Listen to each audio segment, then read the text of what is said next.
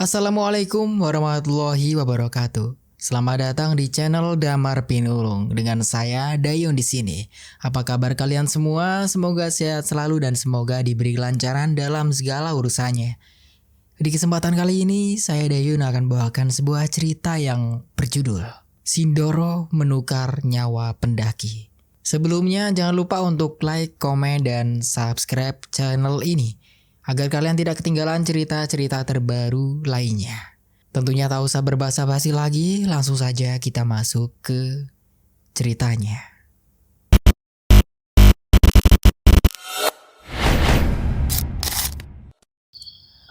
Wonosobo, Juli 2011. Udara di pagi itu bukan sekedar dingin. Ia adalah sebilah pisau tak kasat mata yang menyayat pori-pori kulit, menyusup di antara serat-serat jaket flies yang sudah mulai menipis. Di terminal Mendolo, kabut menggunting rendah seperti tirai sutra yang koyak, menyelimuti deretan bus antar kota yang mesinnya menderu rendah, memuntahkan asap hitam ke langit yang masih berwarna biru keunguan. Bau aspal basah bercampur dengan aroma tembakau serintil yang khas, aroma yang mendefinisikan tanah ini. Tanah para dewa yang tersembunyi di balik lipatan awan. Dika berdiri di sana, menyandarkan keril 70 liternya pada sebuah tiang beton kusam. Nafasnya membentuk uap putih setiap kali ia mengembuskan nafas. Matanya menatap ke arah utara, ke arah di mana kerucut raksasa Gunung Sindoro berdiri dengan angkuh. Meski puncaknya masih tersembunyi di balik selimut awan cumulonimbus, ada sesuatu yang berat di dadanya. Sebuah firasat yang enggan ia beri nama. Bukan ketakutan, tapi lebih seperti getaran halus pada senar gitar yang dipetik oleh tangan yang tak terlihat. Dika, kamu melamun lagi? Suara itu memecah kesunyian internal Dika. Ia menoleh dan mendapati Bayu yang sedang sibuk merapikan tali sepatu trekkingnya. Bayu dengan perawakan tegap dan kacamata yang selalu melorot di hidungnya adalah tipe orang yang paling logis di antara mereka bertiga. Baginya, gunung hanyalah temukan batu dan tanah yang harus ditaklukkan dengan perhitungan matematis. Hanya melihat cuaca, Bay. Sepertinya di atas akan badai. Jawab Dika pelan. Suaranya sedikit serak karena udara kering. Badai di bulan Juli? Itu jarang terjadi, Dika. Ini puncak musim kemarau. Kabut itu biasa, hanya sisa embun semalam. Sahut Bayu sambil berdiri, menepuk-nepuk debu di celana kargonya. Mana Fajar? Anak itu selalu lama jika urusan perut. Tepat saat nama itu diucapkan, sosok Fajar muncul dari balik warung nasi rames kecil di pojok terminal. Ia membawa 3 bungkus nasi yang masih hangat dan beberapa botol air mineral. Wajahnya selalu cerah, seolah-olah matahari terbit dari senyumnya yang lebar. Fajar adalah nyawa dari kelompok ini. Keberaniannya seringkali berbatasan dengan kecerobohan, tapi tanpa dia, pendakian ini mungkin tidak akan pernah terlaksanakan.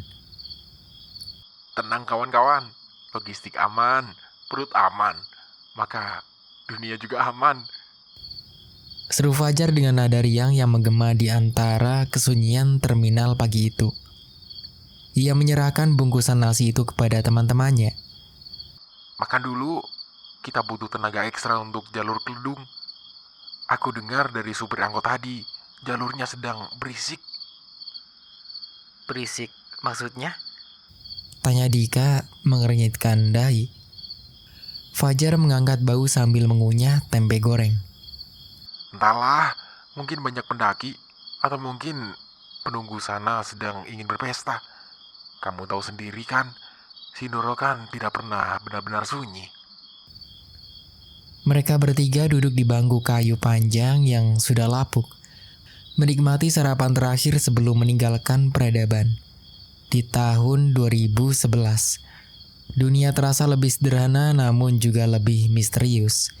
Belum ada ponsel pintar yang bisa menunjukkan koordinat GPS dengan akurasi 1 meter.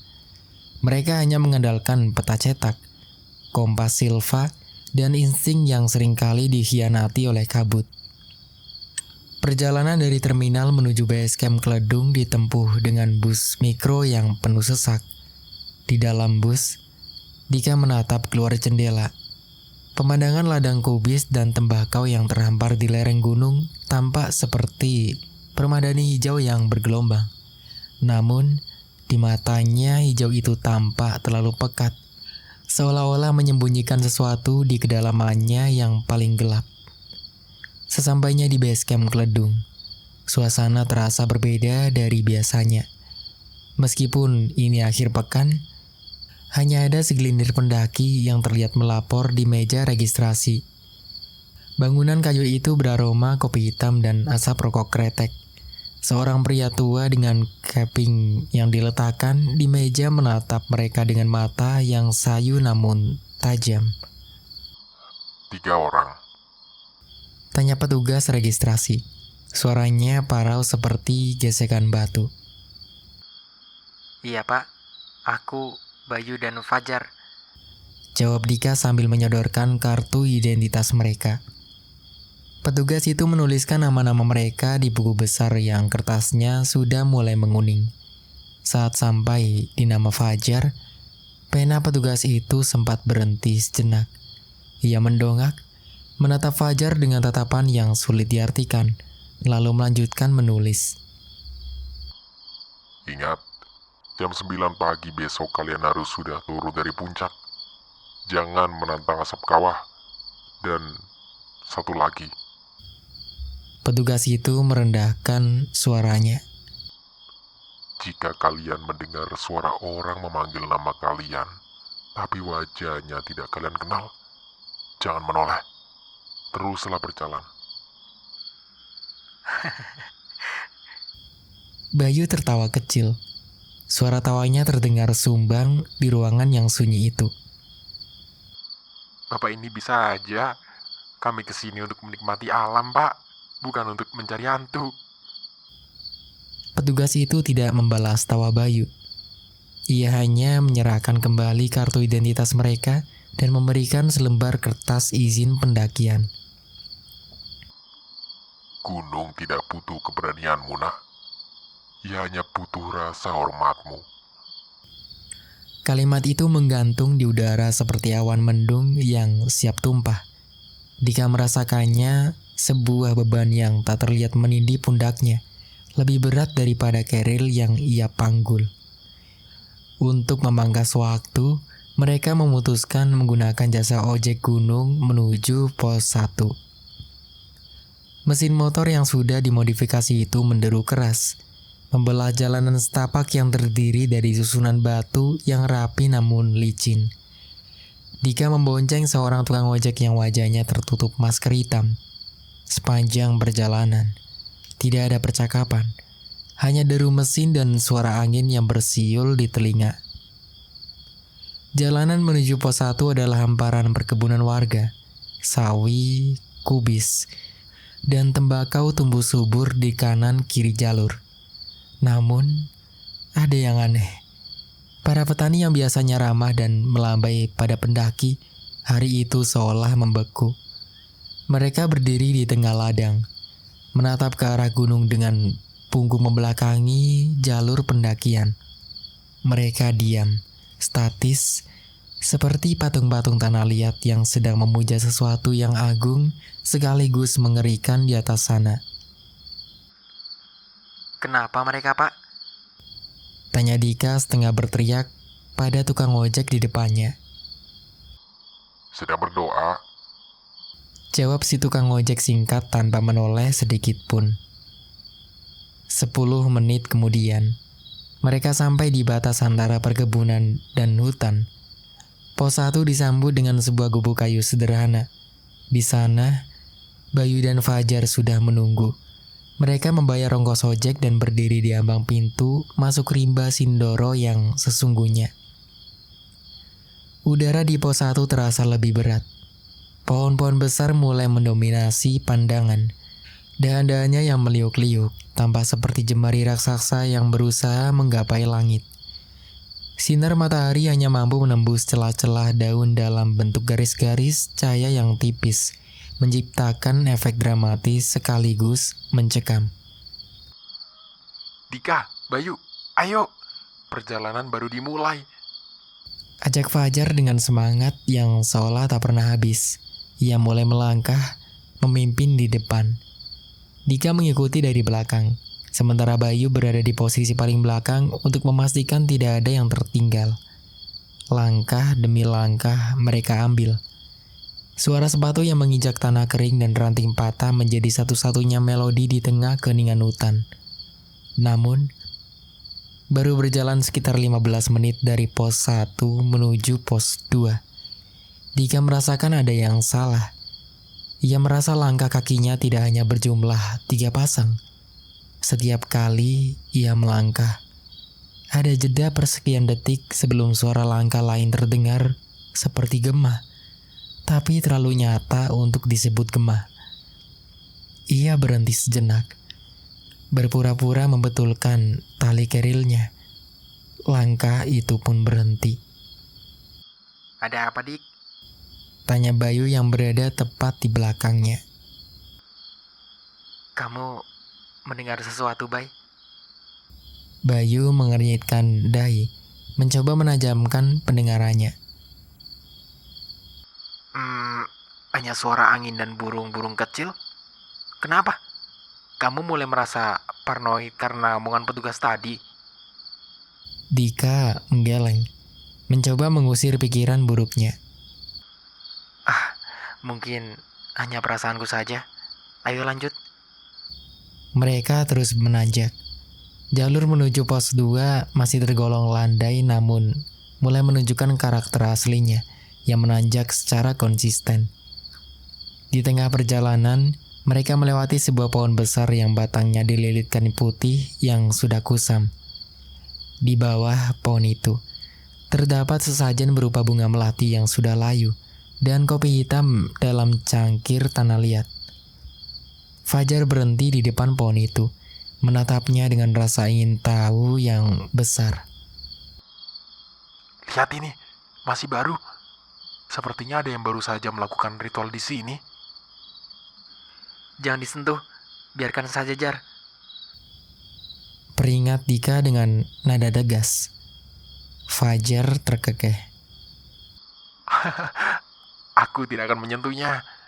Aku hanya heran, di zaman sekarang masih ada yang membawa kopi ke tengah hutan hanya untuk pohon. Saat mereka melewati pohon itu, angin tiba-tiba berembus kencang. Daun-daun kering berterbangan, berputar-putar di sekitar mereka seperti penari yang kerasukan. Dan di tengah suara desau angin itu, Dika seolah mendengar bisikan halus. Sebuah suara perempatan yang memanggil namanya dengan sangat lembut, hampir seperti desahan. Dika tersentak. Ia menoleh ke belakang ke arah Bayu. Bay, kamu memanggilku? Bayu menggeleng, wajahnya mulai tampak lelah karena beban keril. Tidak. Aku bahkan sedang mengatur napas agar tidak sesak. Kenapa? Dika terdiam. Jantungnya berdegup lebih kencang. Ia menatap ke arah hutan yang semakin rapat. Di antara celah pepohonan, ia melihat sekilas sesuatu yang putih bergerak dengan cepat, lalu hilang di balik kabut yang mulai turun. Kita harus lebih cepat. Kabut mulai turun. Kata Dika, mencoba menyembunyikan getaran di suaranya. Mereka mempercepat langkah. Nafas mulai memburu, keringat dingin mengalir di punggung Dika, bercampur dengan udara gunung yang semakin menggigit. Bayangan-bayangan pohon di sekitar mereka seolah mulai memanjang, berubah bentuk menjadi makhluk-makhluk aneh yang memperhatikan mereka dari kegelapan. Sesampainya di pos 2, mereka disambut pemandangan yang seharusnya menyenangkan, Namun justru terasa ganjil. Sebuah pelang hitam bertuliskan pos 2 berdiri di tengah area terbuka yang cukup luas. Di sana, terdapat sebuah warung kayu kecil yang biasanya menjadi tempat istirahat pendaki. Namun, warung itu kosong. Pintunya terbuka sedikit, berderit-derit ditiup angin. Tidak ada Mbah Kuat, pemilik warung yang legendaris itu, yang biasanya menyambut pendaki dengan teh manis hangat dan gorengan. Area di sekitar pos itu pun sepi. Padahal biasanya ada beberapa pendaki yang mendirikan tenda atau sekedar duduk-duduk. Yang paling aneh adalah pelang hitam itu. Meskipun angin tidak berhembus terlalu kencang, pelang itu bergoyang-goyang dengan ritme yang konstan. Seolah-olah ada tangan tak kasat mata yang terus-menerus mendorongnya dari belakang. Mana Mbak Kuat? Tanya Fajar. Nada suaranya sedikit menurun, kehilangan keceriaannya yang tadi. Ia berjalan mendekati warung dan mengintip ke dalam. Kosong? Padahal barang-barangnya masih ada di sini. Bayu duduk di atas akar pohon besar, melepas kerilnya dengan kasar. Mungkin dia sedang turun ke desa untuk mengambil stok. Jangan terlalu dipikirkan. Dika tidak ikut duduk. Ia berdiri di tengah area pos, menatap pelang hitam yang masih bergoyang itu. Matanya menyapu sekeliling. Kabut di pos 2 jauh lebih tebal daripada jalur tadi. Kabut itu tidak hanya menutupi pandangan, tapi seolah-olah memiliki massa, terasa berat dan dingin saat menyentuh kulit. Dika, duduklah. Kamu terlihat seperti melihat setan. Tegur Bayu sambil menyerahkan botol minum. Dika menerima botol itu, tapi tangannya gemetar. Kalian tidak merasa aneh? Tempat ini rasanya terlalu sunyi. Bahkan suara burung pun tidak ada. Fajar keluar dari warung dengan wajah yang sedikit pucat. Jika benar, di dalam warung itu, suasananya sangat dingin. Lebih dingin daripada di luar. Dan baunya seperti bau Kamboja yang sudah membusuk. Mereka bertiga terdiam. Kesadaran bahwa mereka hanya bertiga di tengah gunung yang luas ini mulai merayap masuk ke dalam benak masing-masing. Di tahun 2011, cerita-cerita tentang pendaki yang hilang atau disesatkan oleh penghuni gunung masih menjadi pembicaraan hangat di api unggun. Dan kini, cerita-cerita itu seolah mulai mewujud menjadi kenyataan. Kita harus lanjut ke pos 3. Kata Dika tiba-tiba. Aku tidak ingin bermalam di sini. Rasanya tidak enak. Tapi ini sudah jam 4 sore, Dika. Perjalanan ke pos 3 butuh waktu 2 jam lagi dengan kondisi yang jalurnya lebih berat. Kita akan sampai di sana saat hari sudah gelap. Sanggah Bayu. Lebih baik berjalan di kegelapan daripada diam di tempat ini. Balas Dika dengan nada yang tidak menerima bantahan. Fajar mengangguk setuju. Aku juga merasa begitu. Ada sesuatu yang menatap kita dari balik warung. Aku tidak tahu apa, tapi aku bisa merasakannya. Mereka kembali memanggul keril. Sebelum meninggalkan pos 2, Dika menoleh sekali lagi ke arah pelang hitam itu. Pelang itu berhenti bergoyang tepat saat Dika menatapnya. Dan di sana, di balik jendela warung yang gelap, Dika melihat sebuah wajah yang pucat, dengan mata yang hanya terdiri dari bagian putih saja, menempel pada kaca jendela, menatapnya dengan kebencian yang murni. Dika memalingkan wajah dengan cepat dan melangkah lebar-lebar. Jalur menuju pos 3 adalah ujian yang sesungguhnya. Tanah yang mereka pijak mulai berubah menjadi akar-akar pohon yang saling melilit, menciptakan tangga-tangga alami yang licin. Sudut kemiringan jalur meningkat drastis, memaksa mereka untuk menggunakan tangan sebagai tumpuan.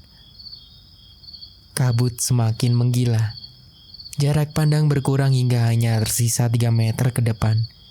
Mereka harus berjalan sangat rapat agar tidak kehilangan jejak satu sama lain. Fajar di depan, Dika di tengah, dan Bayu di belakang. Fajar, jangan terlalu cepat. Teriak Dika. Suaranya seolah diredam oleh kabut yang tebal. Aku di sini, Dika. Tenang aja. Saut Fajar dari depan. Namun, suara Fajar terdengar aneh. Suaranya tidak datang dari depan mereka, melainkan dari samping kiri, dari arah jurang yang curam. Dika berhenti mendadak. Fajar, kamu di mana? Aku di depanmu, Dika. Kenapa berhenti? Kali ini suara Fajar datang dari arah depan, tapi nadanya terdengar sedikit berbeda, lebih berat dan lambat. Dika menelan ludah. Ia menoleh ke belakang, ke arah Bayu. Wajah Bayu tampak sangat pucat dalam remang cahaya sore yang mulai memudar. Bayu memegang pundak Dika dengan erat. Tangannya dingin seperti es. Dik, aku melihat ada orang lain di belakang kita. Bisik Bayu. Suaranya bergetar hebat. Dika memberanikan diri menoleh ke belakang Bayu. Di sana, di antara kabut yang putih kelabu, berdiri sebuah sosok. Sosok itu tinggi besar. Tubuhnya hitam pekat seperti bayangan hitam yang dipadatkan.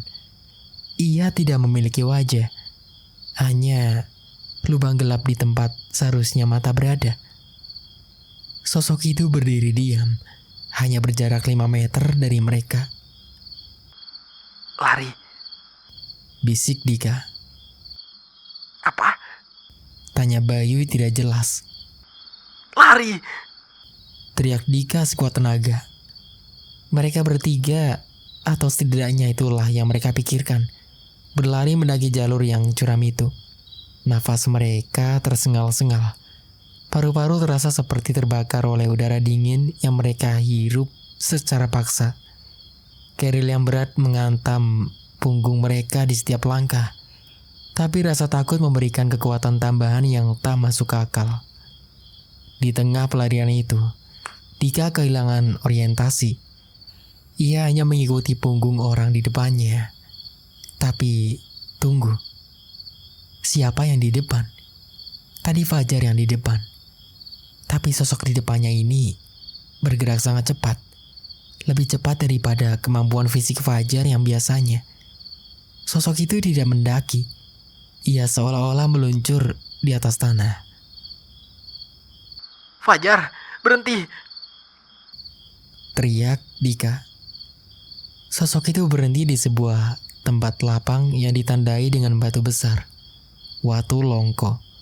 Pos bayangan sebelum pos 3. Sosok itu perlahan berbalik. Dika terpaku. Itu memang Fajar. Tapi wajah Fajar tampak kosong. Matanya menatap lurus ke depan tanpa berkedip. Ada darah segar yang mengalir dari telinganya. Fajar, kamu kenapa? Tanya Dika dengan suara yang gemetar. Fajar tidak menjawab. Ia hanya menunjuk ke arah atas, ke arah jalur yang semakin gelap. Dia menunggu kita di sana. Kata Fajar dengan suara yang datar, tanpa emosi sama sekali. Bayu sampai di tempat itu dengan nafas yang hampir habis. Ia jatuh terduduk, memegangi dadanya. Siapa? Siapa yang menunggu? Fajar tidak menjawab lagi. Ia berbalik dan melanjutkan perjalanan dengan langkah yang kaku, seperti sebuah boneka yang digerakkan oleh benang-benang tak terlihat. Dika dan Bayu saling bertatapan. Ada komunikasi tanpa kata yang terjadi di antara mereka. Sesuatu yang buruk sedang terjadi, dan kita tidak bisa kembali. Perjalanan menuju pos 3 berlanjut dalam keheningan yang menyiksa. Langit sudah benar-benar gelap ketika mereka akhirnya melihat cahaya lampu patromak di kejauhan. Itu adalah warung Mbah Kuat di pos 3. Anehnya, suasana di pos 3 sangat ramai. Ada suara orang berbincang, tawa yang samar, dan denting peralatan masak. Namun, ketika mereka melangkah masuk ke area camp, keramaian itu mendadak hilang. Seperti sebuah radio yang tiba-tiba dimatikan. Yang ada hanyalah sebuah tenda tua berwarna kuning yang sudah sobek di beberapa bagian. Dan warung Mbah Kuat yang remang-remang. Mbah Kuat ada di sana, duduk di depan sebuah perapian kecil. Wajahnya yang keriput tampak sangat tua. Jauh lebih tua dari yang diingat Dika dari cerita-cerita pendaki lain. Kalian terlambat. Kata Mbah Kuat tanpa mendongak. Suaranya seperti suara daun kering yang bergesekan. Maaf Mbah, jalurnya sangat berat. Kata Bayu mencoba bersikap sopan. Mbah Kuat akhirnya mendongak. Matanya yang buta sebelah menatap mereka satu persatu. Saat tatapannya mendarat pada Dika, Mbah Kuat terdiam cukup lama. Ia lalu beralih ke Fajar, dan tiba-tiba tangannya gemetar. Kenapa kalian membawa dia ke sini? Tanya Mbah Kuat, suaranya penuh dengan ketakutan. Maksud Mbak, Fajar. Tanya Dika bingung. Mbah Kuat tidak menjawab. Dia segera masuk ke dalam warungnya dan mengunci pintu dari dalam. Pergi, dirikan tenda kalian jauh-jauh dari warungku. Jangan keluar malam ini apapun yang kalian dengar. Teriaknya dari dalam. Mereka bertiga berdiri terpaku di tengah pos 3 yang sunyi. Angin malam Gunung Sindoro mulai menderu, membawa aroma berlereng yang menusuk hidung. Mbak itu sudah gila. Gerutu Fajar, tapi suaranya tidak memiliki keyakinan. Dia mulai membongkar kerilnya untuk mengambil tenda. Ayo, kita dirikan tenda di dekat pohon pinus itu saja. Dika membantu dengan perasaan yang tidak karuan. Setiap kali ia menoleh ke arah hutan, ia merasa ada ribuan mata yang sedang mengintai mereka. Pohon-pohon pinus di sekitar mereka tampak seperti raksasa yang sedang membungkuk, siap untuk meremas tenda mereka kapan saja. Malam itu, di dalam tenda berukuran 3 orang yang terasa sangat sempit. Mereka berusaha untuk tidur. Bayu berada di sisi kiri, Fajar di tengah, dan Dika di sisi kanan dekat pintu tenda. Suasana sangat sunyi. Hanya terdengar suara napas mereka yang teratur. Namun, sekitar tengah malam, suara itu muncul. Suara langkah kaki, ringan namun jelas. Berjalan mengelilingi tenda mereka. 1 orang, 2 orang, lalu terasa seperti puluhan orang. Dika membuka matanya lebar-lebar. Ia bisa merasakan getaran di tanah setiap kali langkah itu mendarat. Ia menoleh ke arah Fajar yang berada di sampingnya. Fajar ternyata juga terbangun. Matanya menatap langit-langit tenda dengan ngeri. Kalian dengar itu? Bisik Fajar. Suaranya hampir tak terdengar. Jangan bergerak. Balas Dika, juga dengan bisikan. Tiba-tiba, suara langkah kaki itu berhenti tepat di depan pintu tenda. Dika bisa melihat bayangan seorang dari balik kain tenda yang tipis. Bayangan itu sangat tinggi, kepalanya menyentuh bagian atas tenda. Sosok itu tidak bergerak. Lalu sebuah suara terdengar. Bukan suara manusia, melainkan suara yang mirip dengan gesekan batu. Boleh kami masuk? Dika merasa seluruh darah tubuhnya membeku. Bayu, yang berada di ujung, mulai terisak pelan karena ketakutan. Fajar, dengan keberanian yang entah datang dari mana, tiba-tiba duduk dan meraih resleting tenda. Fajar, jangan. Cegah Dika, tapi terlambat. Fajar membuka sedikit celah pada resleting dan mengintip keluar. Ia diam di sana selama beberapa detik yang terasa seperti keabadian. Saat ia menarik kepalanya kembali ke dalam, wajahnya sudah tidak bisa dikenali lagi.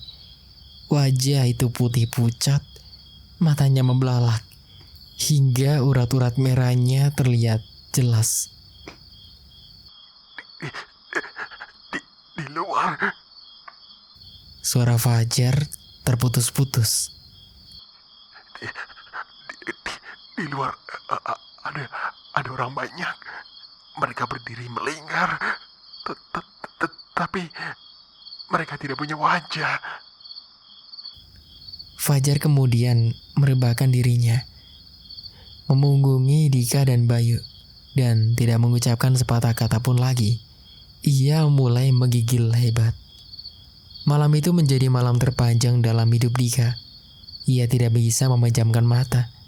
Ia terus mendengar suara-suara di luar, tawa yang melengking, suara tangisan bayi, dan suara ketukan di batu yang ritmis. Seolah-olah ada yang sedang memahat nisan di kegelapan malam. Dika menatap punggung Fajar. Sahabatnya itu masih menggigil. Dika menjulurkan tangan untuk menyentuh pundak Fajar, ingin memberikan kekuatan. Namun, saat tangannya menyentuh kulit Fajar, ia tersentak. Kulit Fajar terasa sedingin es. Tidak ada kehangatan manusia di sana. Dan yang lebih mengerikan, dia tidak merasakan detak jantung atau gerakan nafas dari punggung itu. Dika menarik tangannya dengan cepat. Ia ingin berteriak, tapi suaranya tersangkut di tenggorokan. Ia hanya bisa meringkuk, memejamkan matanya rapat-rapat, dan berdoa agar matahari segera terbit. Ia tidak tahu bahwa matahari yang akan terbit esok hari tidak akan membawa cahaya bagi mereka. Matahari itu hanya akan menyinari awal dari sebuah tragedi yang telah tertulis di atas batu-batu purba Sindoro. Sebuah tragedi di mana batas antara yang hidup dan yang mati mulai memudar, dan di mana sebuah rahasia yang gelap akan mulai terungkap satu demi satu, seperti kabut yang perlahan menyingkap jurang yang dalam di bawah kaki mereka. Dika mendengar tawa itu lagi. Kali ini, tawa itu berasal dari dalam tenda, tepat di samping telinganya. Jangan takut, Dika. Kita akan selalu bersama. Dika ingin berteriak, tapi kegelapan telah menelan suaranya. Dan di luar sana, gunung tetap berdiri tegak, menyimpan ingatan yang tak pernah benar-benar mati, menanti untuk menjerat jiwa-jiwa yang baru ke dalam pelukannya yang dingin dan abadi. Ini hanyalah awal, puncak masih jauh, dan jalan pulang mungkin sudah tidak ada lagi. Dalam perjalanan literasi ini, Gunung Sindoro bukan sekedar latar belakang. Ia adalah karakter itu sendiri. Ia adalah antagonis yang diam, ia mengawasi setiap langkah dengan mata-mata tak terlihat di balik kabut. Setiap batu adalah saksi, dan setiap pohon adalah penjaga gerbang yang tak ingin mereka lewat. Pendakian ini bukan lagi sekedar mencari petualangan akhir pekan. Ini adalah perjalanan menuju kedalaman jiwa manusia yang paling gelap, di mana rasa takut akan kematian bertemu dengan kenyataan yang lebih mengerikan dari kematian itu sendiri. Dan saat Fajar menyingsing di pos 3, mereka akan menyadari bahwa orang yang mereka lihat di pagi hari mungkin bukan lagi orang yang sama dengan yang berangkat di base camp. Dika, bangun. Suara Bayu yang terdengar jauh di balik kabut tidurnya. Dika membuka mata, dan hal pertama yang ia lihat adalah cahaya abu-abu yang suram menembus kain tenda. Hari kedua telah dimulai, dan gunung sudah menagih janji pertamanya. Udara pagi di pos 3 Gunung Sindoro bukanlah jenis udara yang memberikan kesegaran bagi paru-paru yang lelah. Ia adalah kabut pekat yang merayap, membawa aroma belerang purba yang berkelindan dengan bau tanah basah dan sisa-sisa kayu bakar yang padam tertiup angin malam. Dinginnya tidak sekedar menyentuh kulit. Ia terasa seperti ribuan jarum es yang berusaha menembus pori-pori, mencari jalan menuju sumsum tulang, membekukan setiap sandi yang mencoba bergerak. Dika mengerjapkan mata.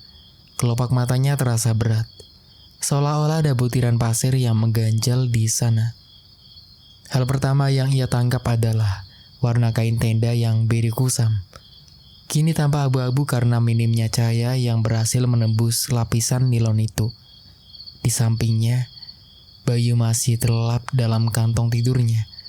Namun napasnya terdengar tidak teratur, pendek dan penuh tekanan. Seolah-olah ia sedang berlari dalam tidurnya untuk melarikan diri dari sesuatu yang tak terlihat. Lalu, ada Fajar. Fajar duduk di pojok tenda, membelakangi Dika. Posisinya masih sama seperti semalam, meringkuk dengan lutut ditekuk ke dada. Bayangan tubuhnya di dinding tenda tampak aneh, terlalu statis, terlalu kaku untuk seseorang manusia yang baru saja melewati malam yang mencekam. Fajar, Bisik Dika, suaranya pecah, parau karena dehidrasi dan ketakutan yang belum sepenuhnya menguap. kau sudah bangun? Tidak ada jawaban. Punggung Fajar tetap diam. Rambutnya yang sedikit panjang tampak lepek, dan ada sesuatu yang janggal pada sudut baunya. Dika menelan ludah yang terasa kering di tenggorokan. Ia teringat kejadian semalam saat ia menyentuh kulit Fajar dan hanya menemukan kedinginan yang tidak wajar. Kedinginan mayat. Jar, jangan bercanda. Kita harus segera berkemas. Puncak masih jauh, dan kita tidak boleh terlambat. Dika mencoba memberanikan diri. Ia mengulurkan tangan, bermaksud mengguncang bahu sahabatnya itu. Namun, tepat sebelum jarinya bersentuhan dengan kain jaket Fajar, sosok itu berputar perlahan. Fajar tampak sangat pucat di bawah remang cahaya subuh. Matanya cekung, dikelilingi lingkaran hitam yang dalam. Ia tidak menatap Dika. Ia menatap menembus Dika. Seolah-olah Dika hanyalah gumpalan asap yang tidak berarti. Kau tidak dengar itu, Dika? Suara Fajar terdengar seperti gesekan dua batu kering di dasar sumur. Dengar apa? Mereka tidak pergi. Fajar berbisik. Rombongan itu, mereka masih berdiri di luar sana, melingkari tenda kita. Mereka menunggu pemimpin mereka kembali. Dika terdiam. Bulu kuduknya meremang. Ia mencoba menjamkan pendengarannya. Di luar, hanya ada kesunyian yang menulikan. Tidak ada suara burung pagi, tidak ada desis angin di celah pepohonan pinus. Kesunyian itu sendiri terasa seperti sebuah entitas yang berat dan menekan. Bayu, bangun, Bay. Dika menendang kaki Bayu dengan keras. Lebih karena ia tidak sanggup lagi berada dalam keheningan yang menyesakan itu bersama Fajar. Bayu tersentak, mengerang pendek, lalu membuka matanya dengan liar. Ia segera duduk tegak, nafasnya memburu. Apa? Ada apa? Apa suaranya kembali lagi? Tidak ada suara. Jawab Dika cepat, sambil mulai membuka resleting tenda. Tapi kita harus pergi sekarang. Aku tidak tahan di sini lebih lama lagi. Pos 3 ini, ada yang salah dengan tempat ini.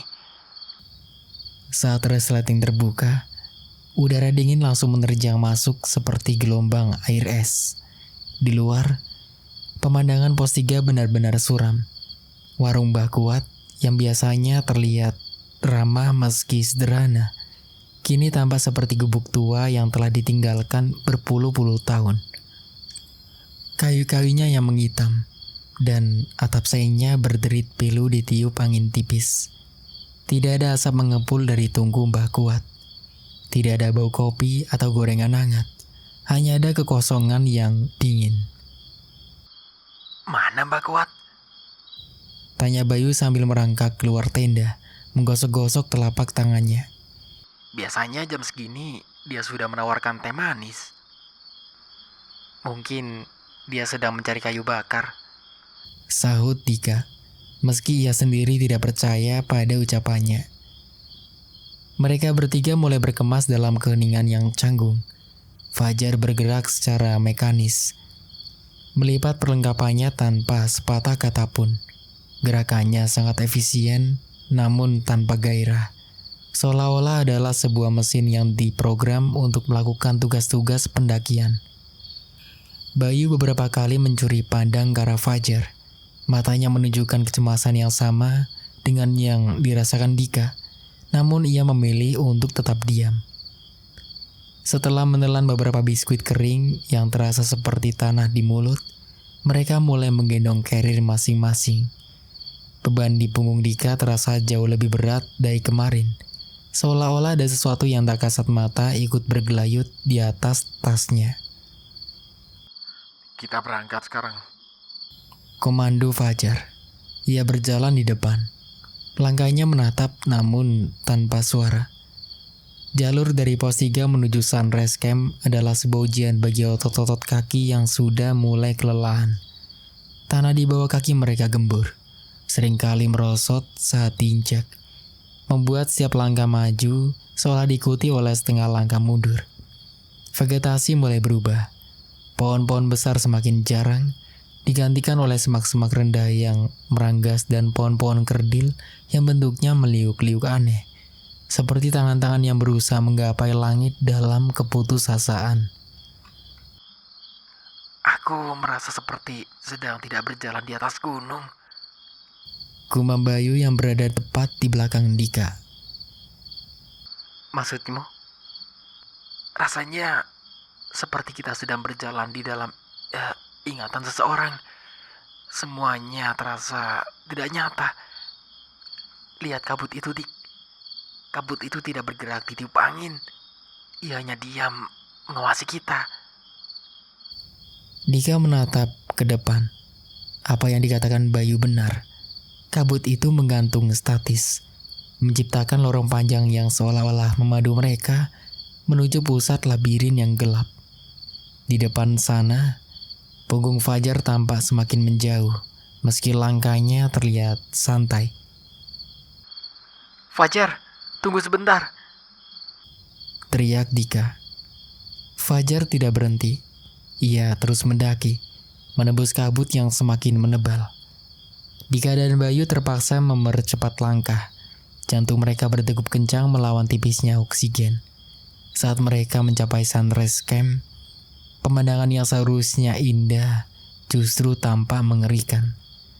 Sunrise Camp yang biasanya dipenuhi warna-warni tenda pendaki, pagi itu kosong melompong.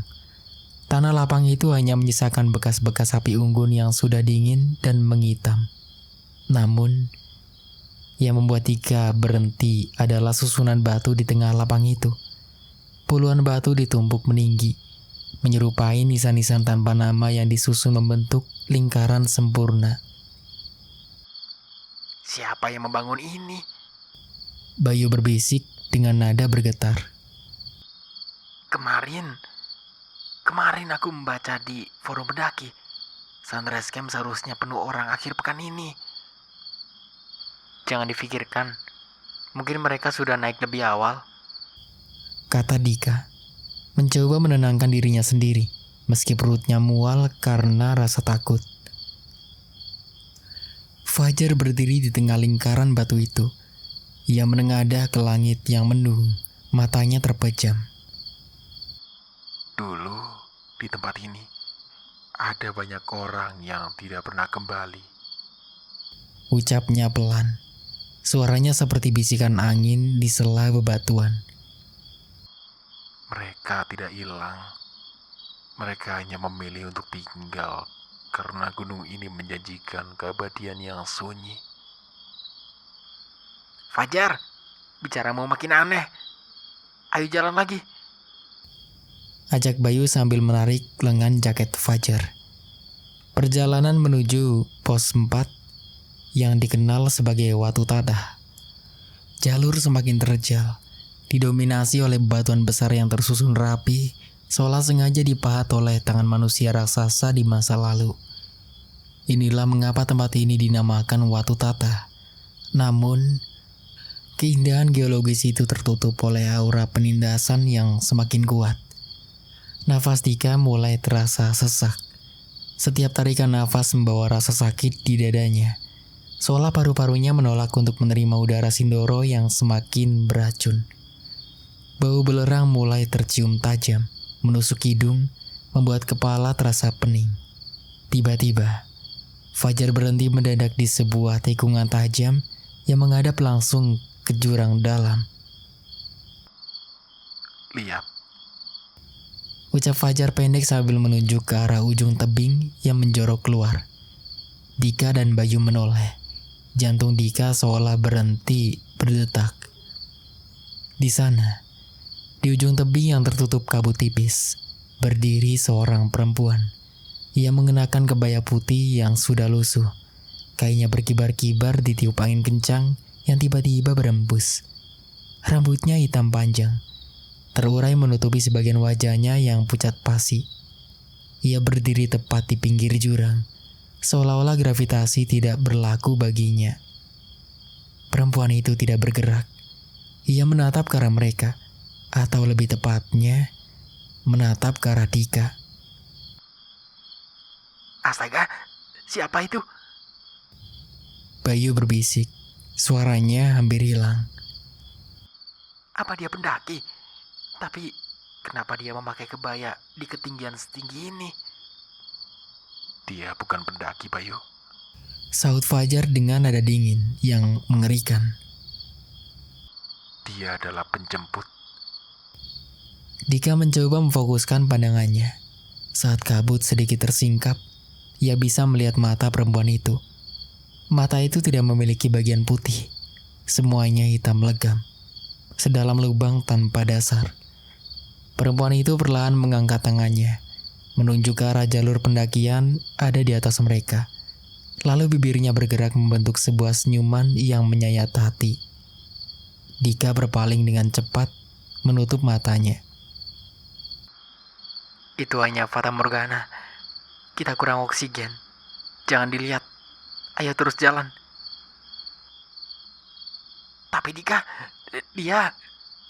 Bayu tampak terpaku. Matanya terbelalak melihat sosok itu. Jalan Bayu.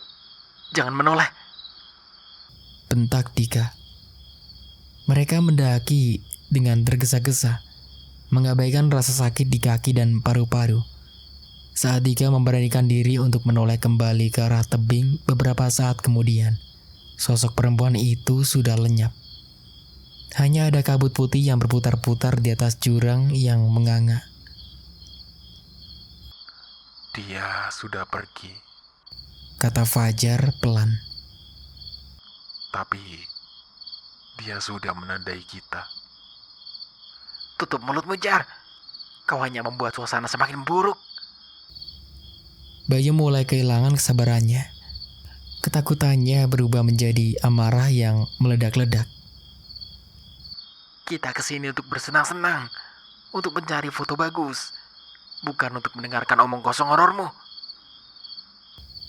Fajar hanya tersenyum tipis. Sebuah senyum yang tidak sampai ke matanya. Bersenang-senang. Kita tidak pernah benar-benar sampai ke sini untuk itu, Bayu. Kita di sini karena gunung ini memanggil kita, terutama Dika. Dika tersentak. Kenapa aku? Fajar tidak menjawab. Ia kembali berjalan, mendaki tumpukan batu Watu Tadah dengan kelincahan yang tidak masuk akal bagi seseorang yang membawa beban berat.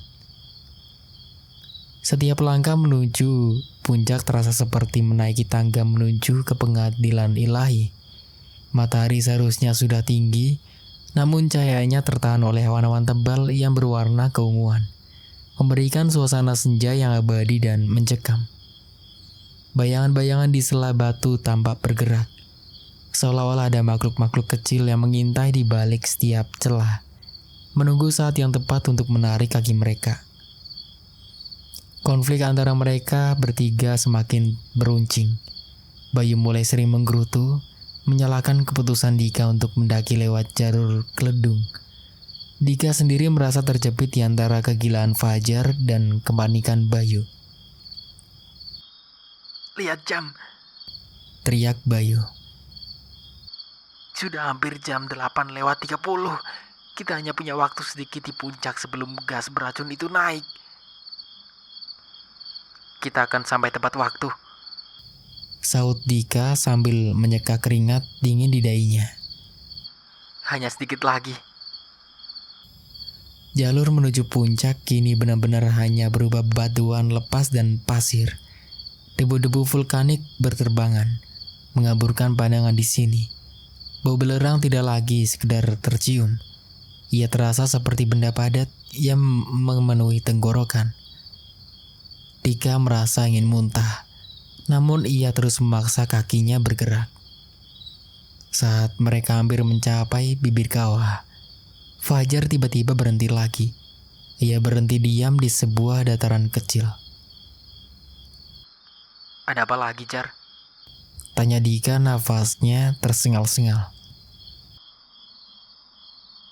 Apa kau merasa ada seseorang yang berjalan tepat di belakangmu sejak kita melewati Watu Tata tadi? Tanya Fajar. Dika membeku. Sebenarnya ia merasakannya. Ia merasakan embusan nafas dingin di tengkuknya. Dan suara gesekan langkah kaki yang tidak sinkron dengan langkah kakinya sendiri. Namun ia mencoba mengabaikannya. Tidak ada siapa-siapa di belakangku selain Bayu. Bohong Dika. Aku di belakangmu, Dik. Saut Bayu dengan wajah pucat. Dan aku bersumpah, aku melihat bayanganmu di tanah. Tapi bayanganmu punya dua kepala. Dika menatap tanah. Di bawah cahaya yang suram, bayangan memang tampak terdistorsi. Bayangan itu tampak lebih lebar, lebih gelap, dan memang seolah-olah ada sosok lain yang sedang memeluknya dari belakang, menyatu dalam satu siluet yang mengerikan. Cukup, hentikan ini semua. Teriak Dika. Suaranya bergema di dinding-dinding batu. Kita ke puncak sekarang. Ambil foto, lalu turun. Aku ingin segera meninggalkan tempat terkutuk ini. Mereka memaksakan diri melakukan pendakian terakhir dengan sisa tenaga yang ada. Mereka merangkak menaiki bebatuan besar hingga akhirnya mereka sampai. Untuk sementara aku cukupkan dulu ceritanya sampai di sini. Sekian, wassalamualaikum warahmatullahi wabarakatuh.